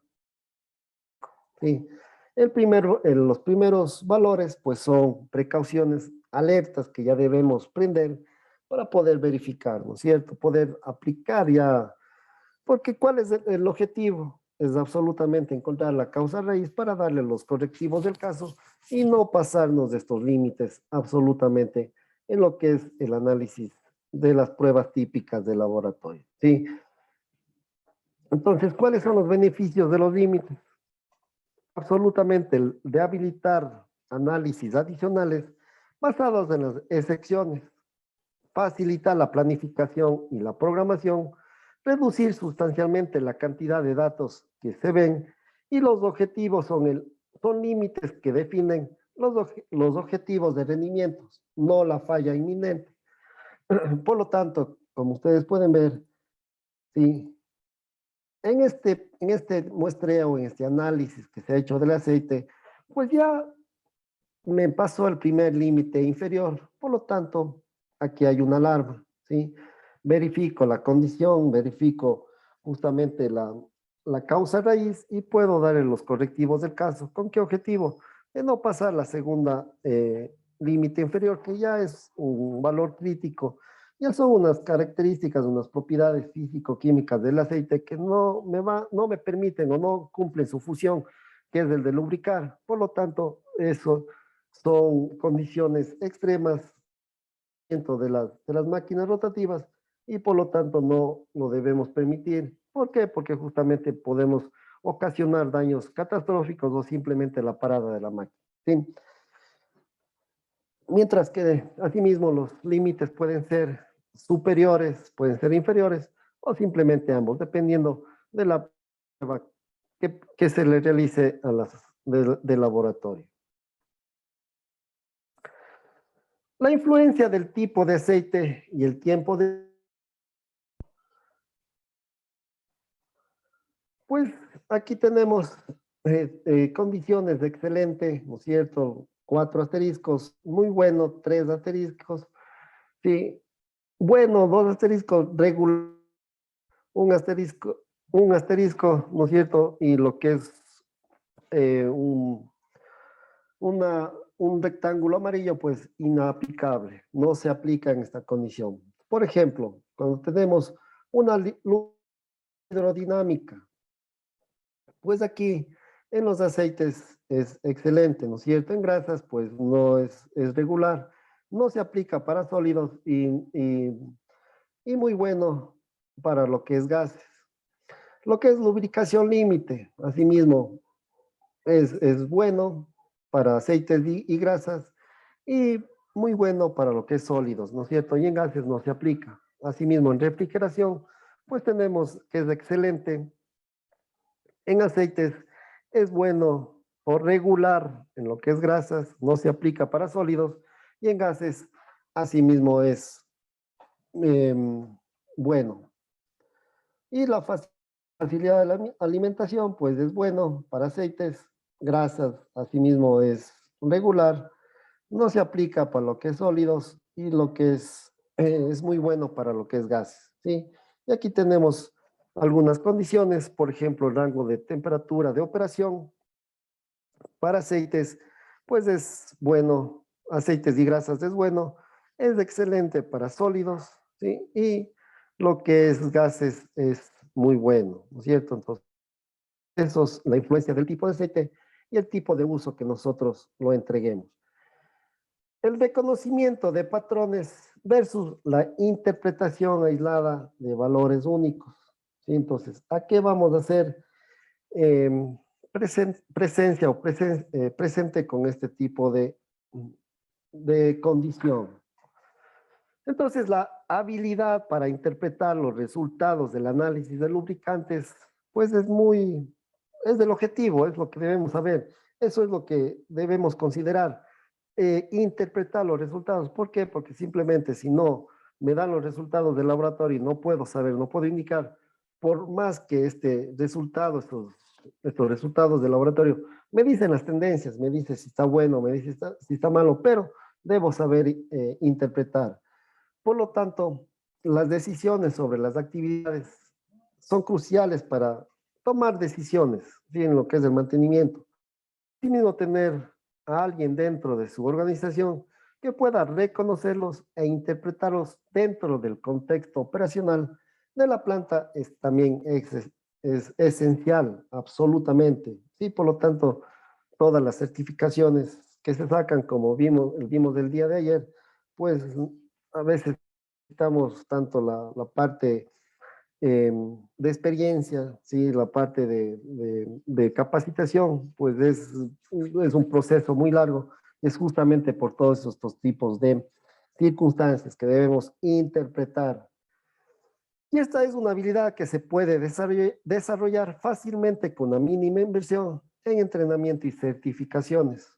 Este artículo nos va a enfocar en fundamentos de análisis de lubricantes y cómo interpretar los resultados indicados en el reporte, que debe ser el objetivo principal, primordial, dicho en dicha circunstancia. Vamos a revisar el reporte, revisando el reporte, ¿no es cierto? Una vez que mandamos las muestras, mandamos absolutamente tanto la muestra del aceite nuevo como el aceite usado, pues prácticamente eh, el segundo paso o lo que debemos de esperar es el reporte para comprobar la situación, para comprobar el estado de mi aceite y si está cumpliendo con los parámetros requeridos, de acuerdo a las diferentes pruebas que se realicen, ¿sí? Por lo tanto, eso es el objetivo. Ahora, en primera instancia, les hago una consulta. El aceite nuevo y el aceite usado yo debo enviarle siempre que tenga que realizar la frecuencia de muestreo, sí, o simplemente es en la primera instancia o en la primera circunstancia. Alguien que me ayude con esa pregunta.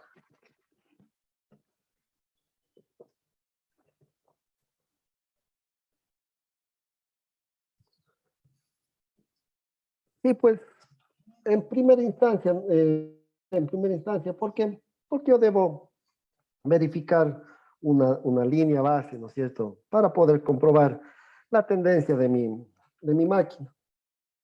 Claro que siempre es recomendable, por efectos hasta incluso de verificación o de comprobación del aceite nuevo. ¿Por qué? Porque para comprobar justamente las condiciones ambientales de las cuales están embodegados, de pronto no son las correctas, no son las adecuadas. Por lo tanto, es una manera muy buena para ir analizando también. ¿Sí? Entonces, una vez completado el análisis, es importante de revisar e interpretar los resultados en el reporte para determinar si hay algún tipo de acción correctiva. ¿Sí? El reporte no siempre señala problemas específicos, pero proporciona un punto de partida para el análisis. Es por eso que debemos interpretar absolutamente cada prueba debe estar claramente identificada, ¿sí? De qué puerto se tomó, cuál es la presión del aceite, cuál es su identificación, el tag del equipo, para no tener ningún inconveniente, ¿no es cierto? Y la información normalmente está organizada en un formato de hoja de cálculo con números que indican los resultados de las pruebas. Cuando revisemos los reportes, lo primero que debemos hacer es asegurarnos que en realidad, lógicamente, sean los adecuados, que sean los que enviamos, que sean los de esa máquina por obvias razones, ¿no es cierto? Y asegurarse que incluya el nombre, el tipo de lubricante, el fabricante de lubricante, porque por más que tengan el mismo grado de viscosidad, pues como vimos, no van a tener el mismo índice de viscosidad y su comportamiento va a ser muy diferente. Por lo tanto, también es primordial saber el fabricante del lubricante y el tipo de máquina a la cual está realizando el trabajo. Luego el reporte debe indicar claramente el estado de su máquina y su lubricante. El laboratorio debe disponer de un sistema de evaluación para notificarle niveles normales, como les dije, ¿no es cierto? Esto nos da el laboratorio. Nos notifica niveles normales, anormales y críticos de dicho aceite. ¿Sí? Claro que ellos ya nos indican, pero debemos comprobar con los conocimientos que nosotros tengamos y con todas las documentaciones que se pueda eh, consultar o aplicar. Además, debe incluir comentarios del analista que revisó los resultados. ¿Para qué? Para indicar el aceite tiene un grado de oxidación crítico, por ejemplo. Por lo tanto, se recomienda darle el correctivo adecuado, hacer un tratamiento al aceite. Entonces, eso debe también incluir en los resultados para darle los correctivos del caso. Y estos comentarios le ayudarán a evaluar la gravedad del problema y nos proporcionará y recomendará una acción específica. ¿Sí? Entonces, justamente contener y eso debemos revisar que esté en el informe. ¿Sí? No sé si tengan consultas hasta el momento.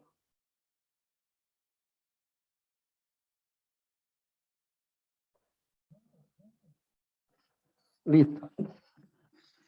Continuamos. Me esperan un momentito, nada más voy a cambiar de diapositivas porque eso fue las diapositivas del día de ayer, de la sesión número 1.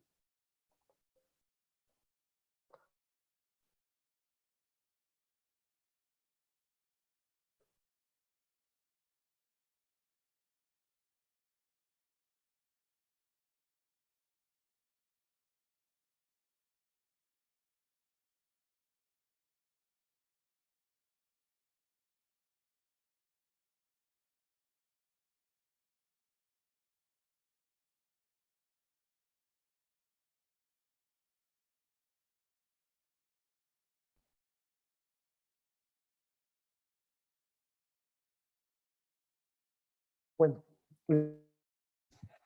la sesión número 2, lo que es fluidos hidráulicos, pues, ¿qué teníamos para el día de hoy? Vamos a revisar lo que pueda al tiempo, normas de ensayos generales y especiales para sistemas hidráulicos, específicamente para sistemas hidráulicos.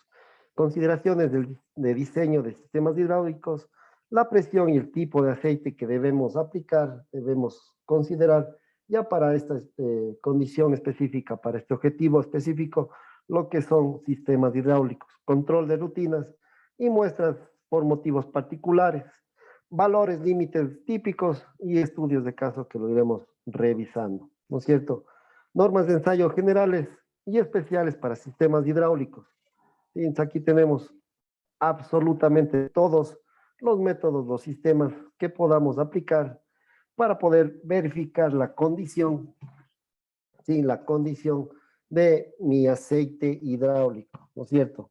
¿En dónde utilizo este aceite hidráulico? Justamente en unidades hidráulicas que me ejercen o me mueven grandes cargas. ¿Sí? Estas son las pruebas, el detalle de las pruebas y el método a la cual nosotros hacemos referencia a dichas pruebas, ¿no es cierto? Por ejemplo, eh, tenemos la ferrografía analítica, tenemos la gravedad específica, tenemos la detección de lodos y sedimentos, ¿sí? Esto ya es por corrosión del aceite. Tenemos el método que debemos aplicar según las normas ASTM, ¿sí? Y el volumen característico, el volumen de la muestra que yo debo enviar para poder realizar dichas pruebas, ¿no es cierto? También tengo lo que es el cloro total del aceite, agua por craqueo, tengo la ferrografía directa, tengo el punto de información de copa abierta, sí, de Cleveland. Tenemos espectroscopía infrarroja por transformada de Fourier, ¿no es cierto?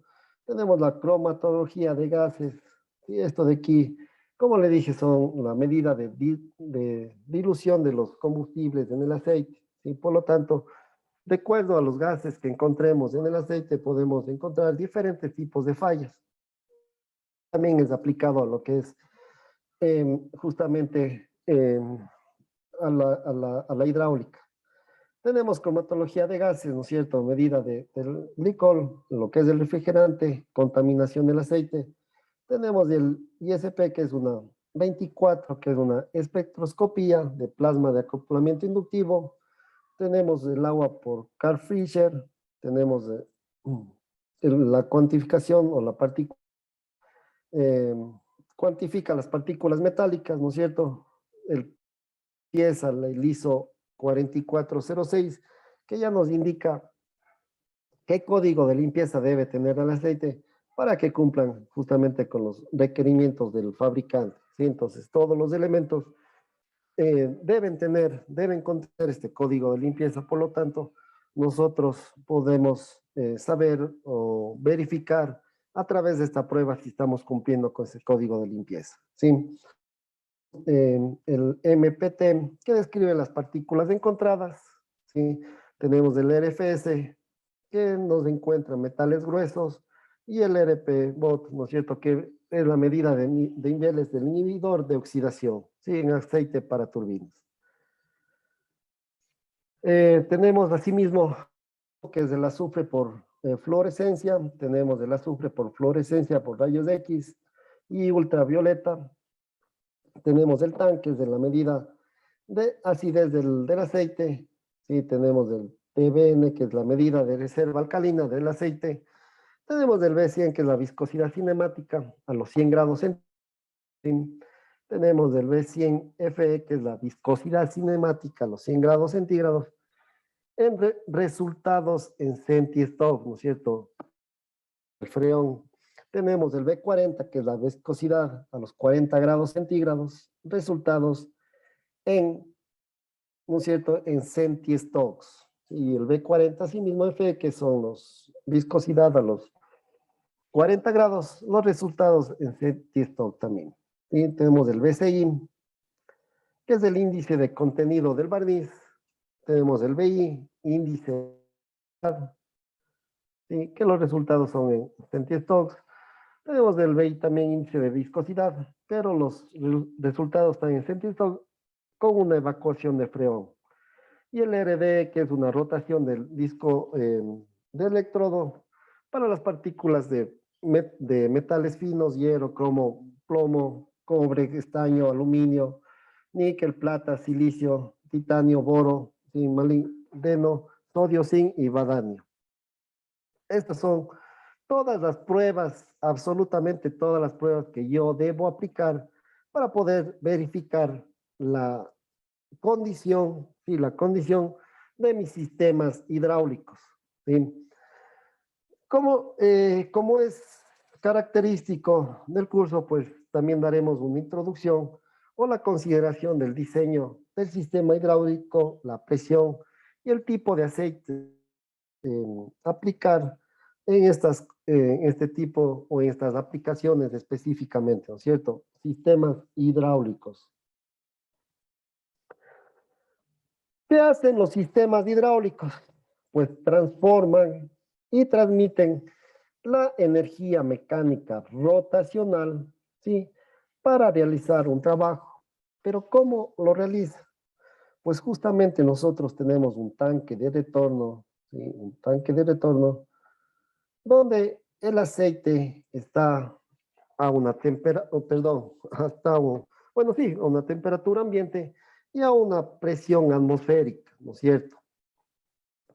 A través de una bomba de pistones, pues esta bomba de pistones, ¿qué es lo que me hace? Me transforma la energía eléctrica que tenemos en el motor a energía, primero, energía mecánica a través de los pistones y esta energía mecánica, energía cinética, y la energía cinética asimismo imprime o adiciona una energía de presión al líquido o al fluido, que en este caso es del aceite, ¿sí? Por lo tanto, a eso hacemos referencia que transforman y transmiten la energía mecánica rotacional para realizar un trabajo. ¿Sí? Una vez que ya tengamos la energía requerida, ¿sí? ¿Por qué requerida? Porque eso es parámetros. Mientras mayor es la presión, esta energía de presión, pues lógicamente mayor va a ser el trabajo que va a realizar. ¿Sí? Por lo tanto, son datos de diseño que nosotros vamos a tener que incorporar, conocer para poder comprobar el estado específico de la presión requerida. Entonces, este es un sistema hidráulico. Como ustedes pueden ver, aquí es una forma gráfica, tenemos la simbología, ¿sí? Que también lo vamos a ver. Tengo básicamente todos los símbolos que interfieren en lo que es hidráulico. ¿Sí? Tenemos filtros. ¿Sí? ¿Para qué me sirven los filtros? Justamente para comprobar o verificar o obtener el código de limpieza de acuerdo a la norma ISO, ¿sí? Que me exige el fabricante, que me exige el fabricante de todos los elementos de las válvulas, de los interruptores de presión, ¿sí? Entonces, el fabricante claro, el fabricante de todos estos elementos, ¿sí? De los pistones, siempre ya me indica el código de limpieza específico, ¿sí? Ahora, después del filtro tenemos el símbolo de una bomba, ¿no es cierto? Tenemos un acople y el motor específico, ¿sí? Donde aquí ya tenemos manómetros para comprobar la presión de trabajo. Es un dato muy importante, como les dije, para poder mover pistones, para poder mover eh, servomotores o cualquier elemento específico, elemento final que realice el trabajo correspondiente. ¿Sí? Tenemos elementos de control como son válvulas direccionales, ¿sí? Tenemos eh, reguladoras de presión. Entonces, ¿qué hace esta reguladora de presión? Pues básicamente controlar o verificar que no sobrepase un cierto límite a la cual está calibrado esta reguladora de presión para no tener ningún inconveniente tanto en las tuberías, tanto en los elementos de control como en los elementos que realiza el trabajo. Y por lo tanto, todas esas que tenemos, pues va a regresar o va a migrar a lo que es el tanque de retorno, sí, o al tanque, sí, justamente al tanque de retorno, y con eso liberamos la sobrepresión que pueda ejercer por ejecutada o impregnada por el motor, por la bomba a la cual realiza el trabajo. Sí, eso es lo que realizan los sistemas hidráulicos. Sí, no sé si tengan alguna consulta.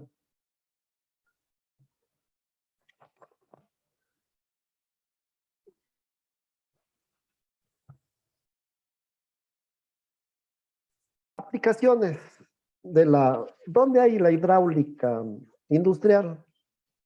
Absolutamente en todos los lugares. Por ejemplo, en la industria, sí, en la industria automotriz, incluso en lo que es centrales hidroeléctricas, pues justamente los servomotores que nos regulan la velocidad del generador, pues más hidráulicos, y por lo tanto son sistemas muy importantes y debemos verificar del aceite para no tener ningún inconveniente. ¿Qué tipo de inconvenientes? Es justamente la presión, ¿sí?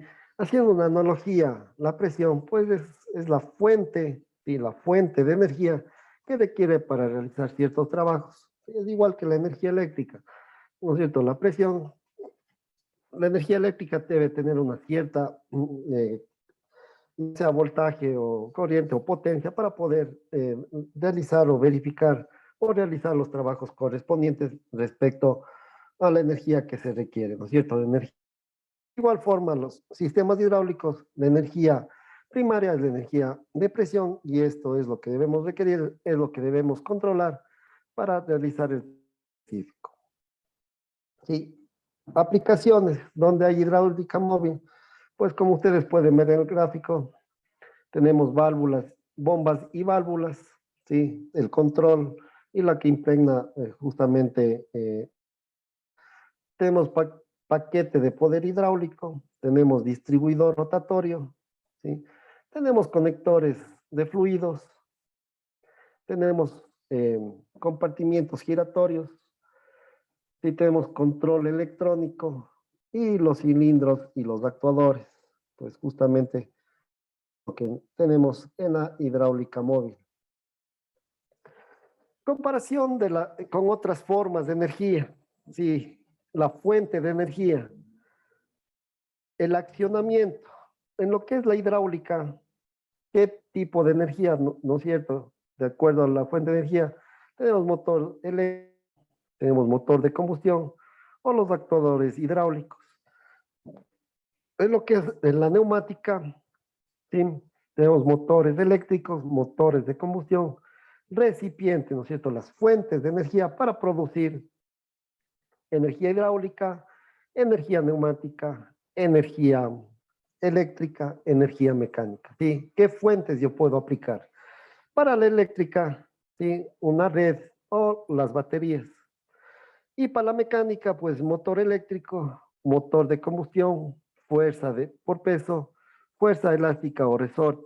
¿Sí? Entonces, todas estas energías puedo transformar para la energía que yo necesito, ¿no es cierto?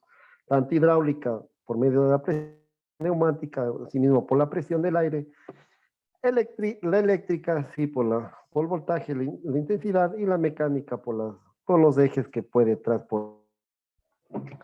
Los elementos de transmisión de esta energía,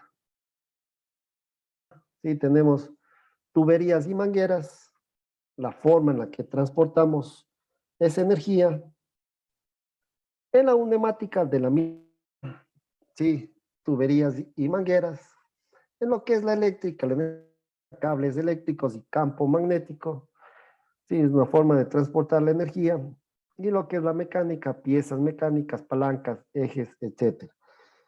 Lo que es portadores de energía, ¿cuáles son los que vamos a adicionar la energía? Lo que es la hidráulica, en los líquidos, sí, específicamente en el aceite hidráulico, que es el objeto de este curso, y por lo tanto debemos saber cómo se transforma. En la neumática, el aire es la que le comprimimos y generamos o le adicionamos una energía al aire y lo podemos utilizar. La eléctrica, pues son los electrones, ¿sí? Y la mecánica son los rígidos, ¿sí? Cuerpos rígidos y los elásticos. La densidad de la fuerza, ¿sí? Densidad de potencia. Pues en la hidráulica es una potencia grande, altas presiones, grandes fuerzas que puede realizar y volúmenes pequeños. En la neumática, esta presión es relativamente baja, a bajas presiones. En la eléctrica, ¿no es cierto? Es una potencia baja, ¿sí? Vamos a comparar con peso por unidad de potencia del motor eléctrico con de un motor hidráulico, pues de 1 a 10. Me quiere decir que una energía hidráulica puede mover 10 veces más un peso, por darles un ejemplo, que un motor eléctrico. ¿Sí? Por lo tanto, eh, es una comprensión baja, una densidad de fuerza baja. Mientras que energía mecánica, pues es una densidad de fuerza muy grande, tamaño y distribución de volumen necesario, menos conveniente que el de la variación continua de parámetros, ¿sí?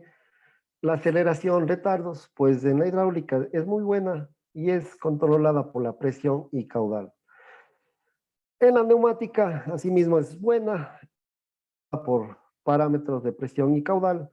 Y en la eléctrica también es buena a muy buena, pues el mando y la regulación eléctrica, ¿sí? Y en la máquina, en la energía mecánica es buena.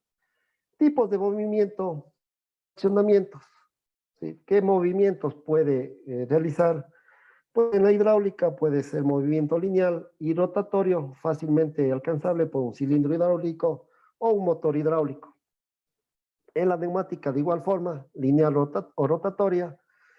En la eléctrica son movimientos rotatorios, sí, predominantes, y movimientos lineales a través de solenoides, son pequeñas fuerzas, carreras cortas, sí, eventualmente motores lineales. Y lo que es la mecánica, motores lineales y rotatorios. Y entonces, eso es la mención con la comparación de los diferentes tipos de energía. ¿Cuál nos vamos a centrar? ¿Cuál es lo que vamos a verificar? Es justamente esta energía hidráulica, ¿sí?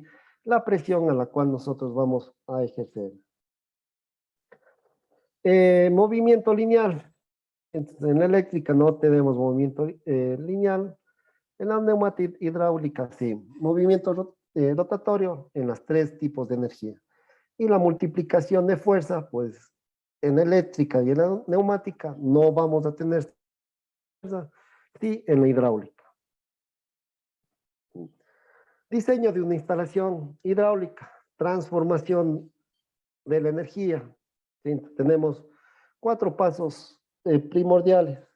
Tenemos el accionamiento, el mando, el elemento conducido, ¿sí? Y la máquina, que es justamente el objetivo a la cual vamos a aplicar eh, dicha potencia, ¿no es cierto? En primer lugar, tenemos un motor eléctrico o puede ser un motor de combustión o un motor manual, ¿no es cierto? Este motor eléctrico, pues, transforma, ¿sí? Si es un motor eléctrico, transforma la energía eléctrica en energía mecánica, ¿no es cierto? Que es transportada a través del eje, ¿sí? Tenemos un acople, que es justamente esta energía mecánica, donde la transferencia de la energía, ¿no es cierto?, a través de este acople. Por lo tanto, este eje también vamos a tener energía mecánica. Donde esta energía mecánica vamos a accionar bomba hidráulica, ¿no es cierto? Donde el objetivo de la bomba hidráulica es transformar la energía, ¿sí? en energía hidráulica, ¿sí? Energía de presión.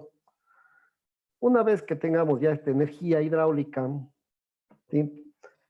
Pues a través del mando podemos tener direccionales de mando y de regulación y los elementos conducidos tenemos cilindros hidráulicos, motores hidráulicos, y todo esto es energía hidráulica.